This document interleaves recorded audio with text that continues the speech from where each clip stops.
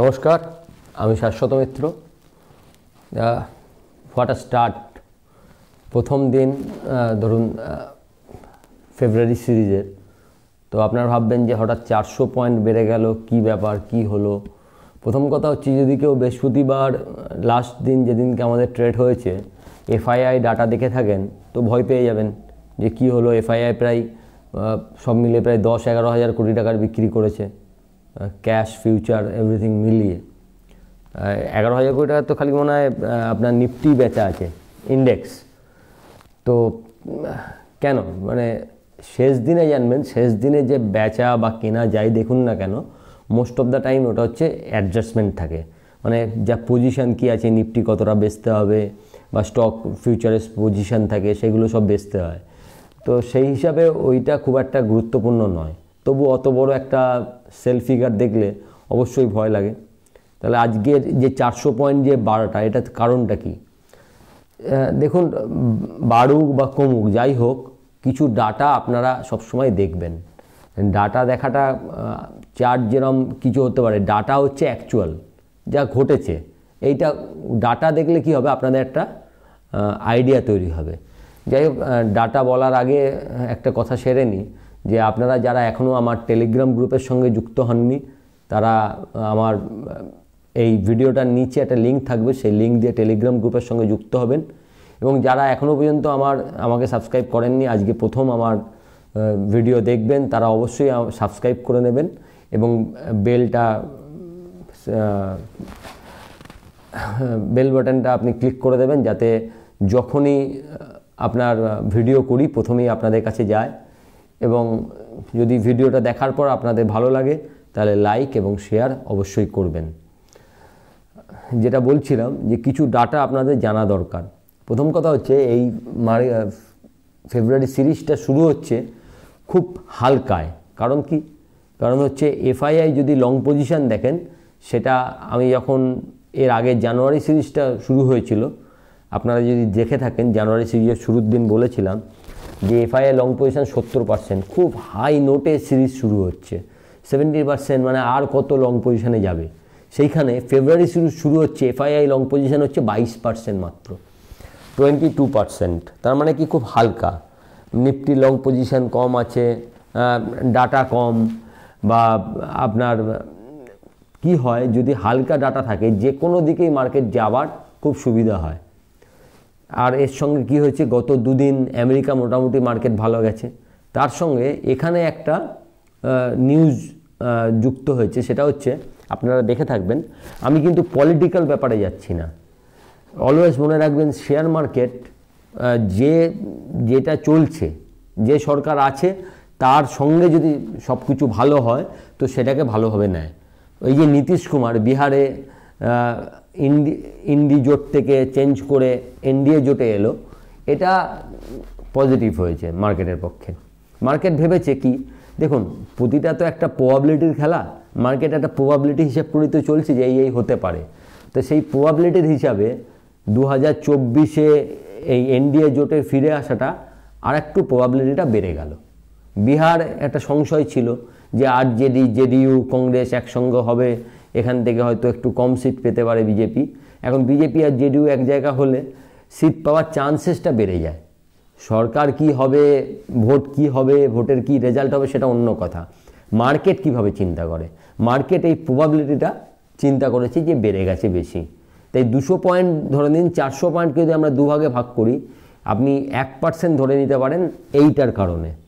এই নীতিশ কুমারের এদিক থেকে ওদিকের কারণে হচ্ছে 1%, আর 1% হচ্ছে যে এই দুদিন ধরে যে আমেরিকান মার্কেট ভালো হয়েছে, জিডিপি দুর্ধর্ষ জিডিপি এসছে, এইসবের কারণে আর কি।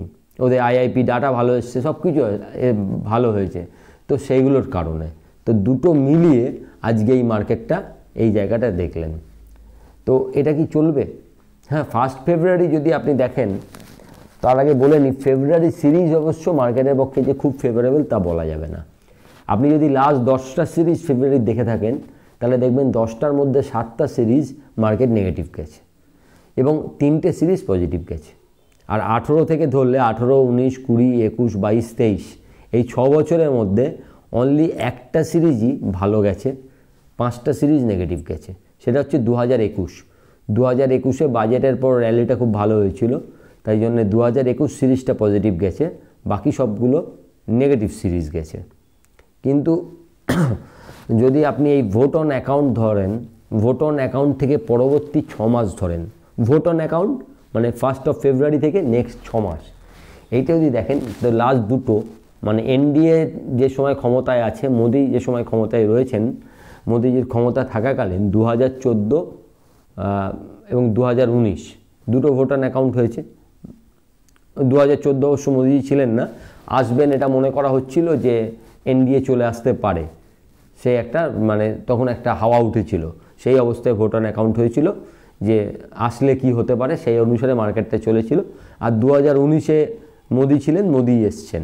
এই সময় যদি দুটো ভোট অন অ্যাকাউন্ট থেকে পরবর্তী 6 মাস দেখেন, তাহলে দুবারে দেখা যাবে 8 থেকে 20% মার্কেট বেড়েছে, দুবারই নেক্সট 6 মান্থে, ভোট অন অ্যাকাউন্ট থেকে নেক্সট 6 মান্থ এই অবধি মোটামুটি। মানে আমি জাস্ট ডাটাগুলো আপনাদের বলছি, তার মানে নয় যে এবারও তাই হতে হবে।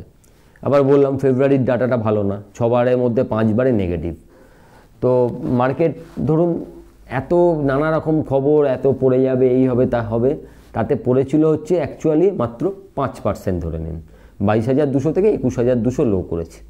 সেখান থেকে আবার ঘুরে দেখুন 21,700 দুদিনে, 500 অবধি গেল, 100 পয়েন্টের কারেকশান, 400 থেকে আজকে 700, 625-এর ওপর যেহেতু মার্কেটটা ক্লোজ দিয়েছে, তাহলে আপাতত ধরা যায় যে লো যেটা হয়েছে সেই লোটা আপাতত অন্তত বাজেটের ডে পর্যন্ত এই লোটা থাকলো, মানে এই লোটার ভাঙার চান্স যদি কোনো খবর না আসে নেই, ধরে নিন বাজেট ডে পর্যন্ত 625-এর ওপর মার্কেট ক্লোজ দেওয়া মানে আপাতত মার্কেটটা পজিটিভভাবে আপনাকে দেখতে হবে। বাই অন ডিপসে আবার চলে এলো, সেল অন রাইজ থেকে মার্কেটটা আবার বাই অন ডিপসে চলে এসছে, নিচে পেলে আপনাকে কিনতে হবে। এখন দেখবেন কি কি বেড়েছে, অলওয়েজ মনে রাখবেন যে এই বাজেটটা ইনফ্রাস্ট্রাকচারে বড় অনেক জোর দিতে পারে সরকার, সেই কারণে দেখবেন LNT অনেকটা বেড়েছে, আজকে 3% বেড়েছে, কোল ইন্ডিয়া বেড়েছে, তো আর বেড়েছে রিলায়েন্স এবং ONGC।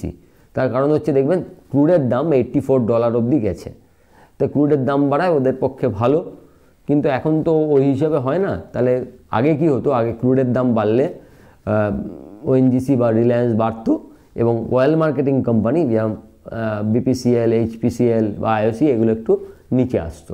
তো আজকে দেখবেন দুটোই একসঙ্গে বেড়েছে। তো এখন ব্যাপারটা হচ্ছে যতক্ষণ ক্রুডের দাম $90 নিচে থাকবে, এটা জেনে রাখবেন, ততক্ষণ HP, BP, IOC এই তিনটের যে ফান্ডামেন্টালস দেখছেন, যে লাভ কতটা হচ্ছে, যে হিউজ টাকা লাভ হচ্ছে, একটা কোম্পানি প্রতিদিন আপগ্রেড করছে, নতুন নতুন টার্গেট আসছে, এইগুলো কিছু চেঞ্জ হওয়ার সম্ভাবনা নেই, ওরা প্রচুর টাকা লাভে বসে আছে, তো এগুলো আপাতত সম্ভাবনা নেই। আরেকটা কথা মার্কেটে খুব চলছিল যে ক্রুডের দাম সরকার কমাতে পারে, সেটাও হয়নি, সেটা হলে ওদের উপর একটা প্রেশার এলেও আসতে পারত, সেটাও করেনি এখনও পর্যন্ত সরকার। পেট্রোলের দাম, পেট্রোল ডিজেলের দাম সরকার কমাতে পারে, যেটা বলছিল ক্রুড বললাম সরি, তো পেট্রোল ডিজেলের দামও সরকার কমায়নি, ফলে ওদের খারাপ হবার এখনও কোনো জায়গা দেখা যাচ্ছে না। যদি ওরকম খবর আসে সেক্ষেত্রে তাই হবে, কিন্তু আপনি বলতে পারেন যে $75 থেকে $84 ক্রুড চলে গেল, এটা কি ওদের জন্য খারাপ না? খারাপ হতো। দুটো ব্যাপার বুঝুন, কি কারণে গেছে। এই যে $75 থেকে $84 গেছে, সেটা হচ্ছে মিডল ইস্টে যে টেনশন হয়েছে তার জন্যে। আপনারা জানেন যে লোহিত সাগরে দেখবেন যে পরপর অনেকগুলো জাহাজকে কিছু দস্যু মানে হাইজ্যাক করেছে, এইসব ঘটনা ঘটেছে, সেই কারণে ক্রুডের দামটা বাড়লো। যে লোহিত সাগরে যে টেনশন এবং পাকিস্তান এবং ইরানের মধ্যে যে একটা প্রবলেম হচ্ছে, এগুলো থেকে পরবর্তীকালে হলে ক্রুডের কিছু হতে পারে বলে, সেই কারণে ক্রুডের দামটা বেড়েছে। ক্রুডের দাম যদি ডিম্যান্ডের কারণে বাড়তো, তাহলে আপনি ভয় পেতে পারতেন যে ডিম্যান্ড বাড়ছে ক্রুডের, সেক্ষেত্রে ক্রুড কত অবধি যাবে সেটা জানা নেই। কিন্তু যেহেতু ডিম্যান্ডের কারণে নয়, ক্রুডের দামটা বেড়েছে শুধুমাত্র একটা মিডল ইস্ট টেনশনের কারণে, সেই জন্য আমার মনে হয় না অতটা আপনি ভয় পাবেন বলে, মানে ভয় পাওয়ার দরকার নেই। তো এখন মোটামুটি আপনি দেখে নিন, আপনি যদি বলেন যে কোন শেয়ার আপাতত তাহলে আমরা দেখব, দেখুন ব্যাঙ্ক নিফটি আজকে যেরকম হয়েছে, তবুও ব্যাঙ্ক নিফটি থেকে এখনও ততটা ভরসা আসছে না।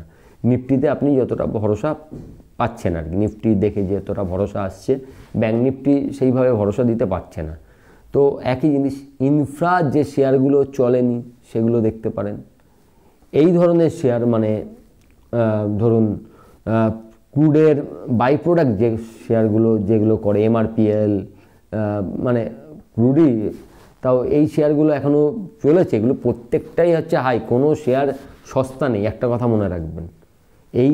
এই দামে কোনো শেয়ার সস্তা নয়, কিন্তু কোনো শেয়ার ওভার ভ্যালুডও নয়। দুটো জিনিস বুঝুন, একটা জিনিস হচ্ছে সস্তা নয় বলা, আর একটা হচ্ছে শেয়ারটা খুব বেশি ভ্যালু হয়ে গেছে, আনবিলিভেবল ভ্যালুয়েশানে চলছে, একটা মানে ভুলভাল ভ্যালুয়েশান তৈরি হচ্ছে, লোকজন যে দামে পাচ্ছে কিনছে সেরম জায়গাও পৌঁছায়নি, শেয়ারগুলো এমন কোনো দামেও আসেনি যেটা হিউজ ভ্যালুয়েশন বলা যায়।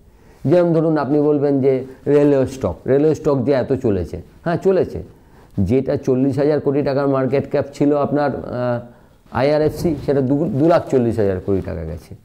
কিন্তু এই ভ্যালুয়েশনটা এমন নয় যে আপনি বলতে পারবেন যে একদম out of the ordinary valuation হয়েছে। হ্যাঁ, ভ্যালুয়েশন পুরোপুরি যথেষ্ট বা একটু বেশিও, কারণ হচ্ছে 35, 36 এই ধরনের শেয়ার আমরা কোনোদিন ট্রেড করতে দেখিনি। কিন্তু সেই ট্রেডিংয়ের যেটা কি টাইমসে শেয়ারটা চলবে সেটা কিন্তু ঠিক করি আমরাই।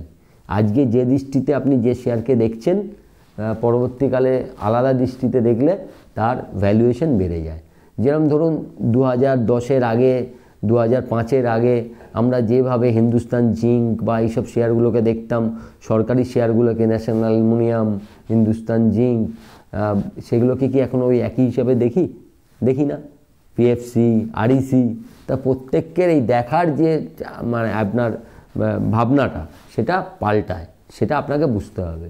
তো তার জন্য নতুন নতুন দাম তৈরি হয় এবং তার সঙ্গে মার্কেটও একটা নতুন দাম ক্রিয়েট করে। কিরম?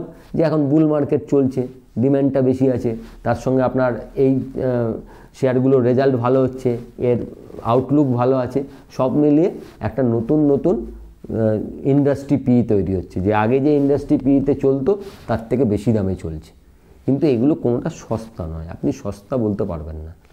এই মুহূর্তে দেখতে গেলে আপনি ইনফ্রা শেয়ারগুলোর দিকে একটু দেখতে পারেন, এগুলো আর একটু চলতে পারে বিফোর বাজেট, যারা বাজেটের জন্য যারা করছেন। রেলওয়ে হয়তো আজকে চলেনি, কালকে আবার রেলওয়ে স্টকগুলো একটু চলতে পারে, এই ধরনেরভাবে চলছে। তবে আমার মতে যদি কেউ লং টার্ম রাখতে চান, মানে তার জন্য এই টাইমটা এড়িয়ে গিয়ে বাজেটটা দেখে নিয়ে তারপরে দরকার পড়লে আপনি 20 টাকা বেশিতে নেবেন, কিন্তু অনেক ক্ল্যারিটিতে নিতে পারবেন।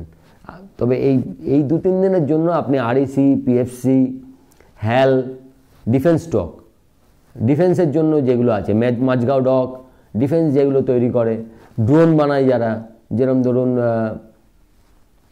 নামগুলো আমার মনে পড়ে না, যে শেয়ারগুলো ড্রোন বানায়, আইডিয়া ফোর্জ, তারপরে আর যেগুলো নাম আছে আপনারা জানেন, ওই শেয়ারগুলোর দিকে ডিফেন্সের শিপইয়ার্ডের যে শেয়ারগুলো সেগুলো দেখতে পারেন, কোচিন শিপইয়ার্ড, তারপরে আপনার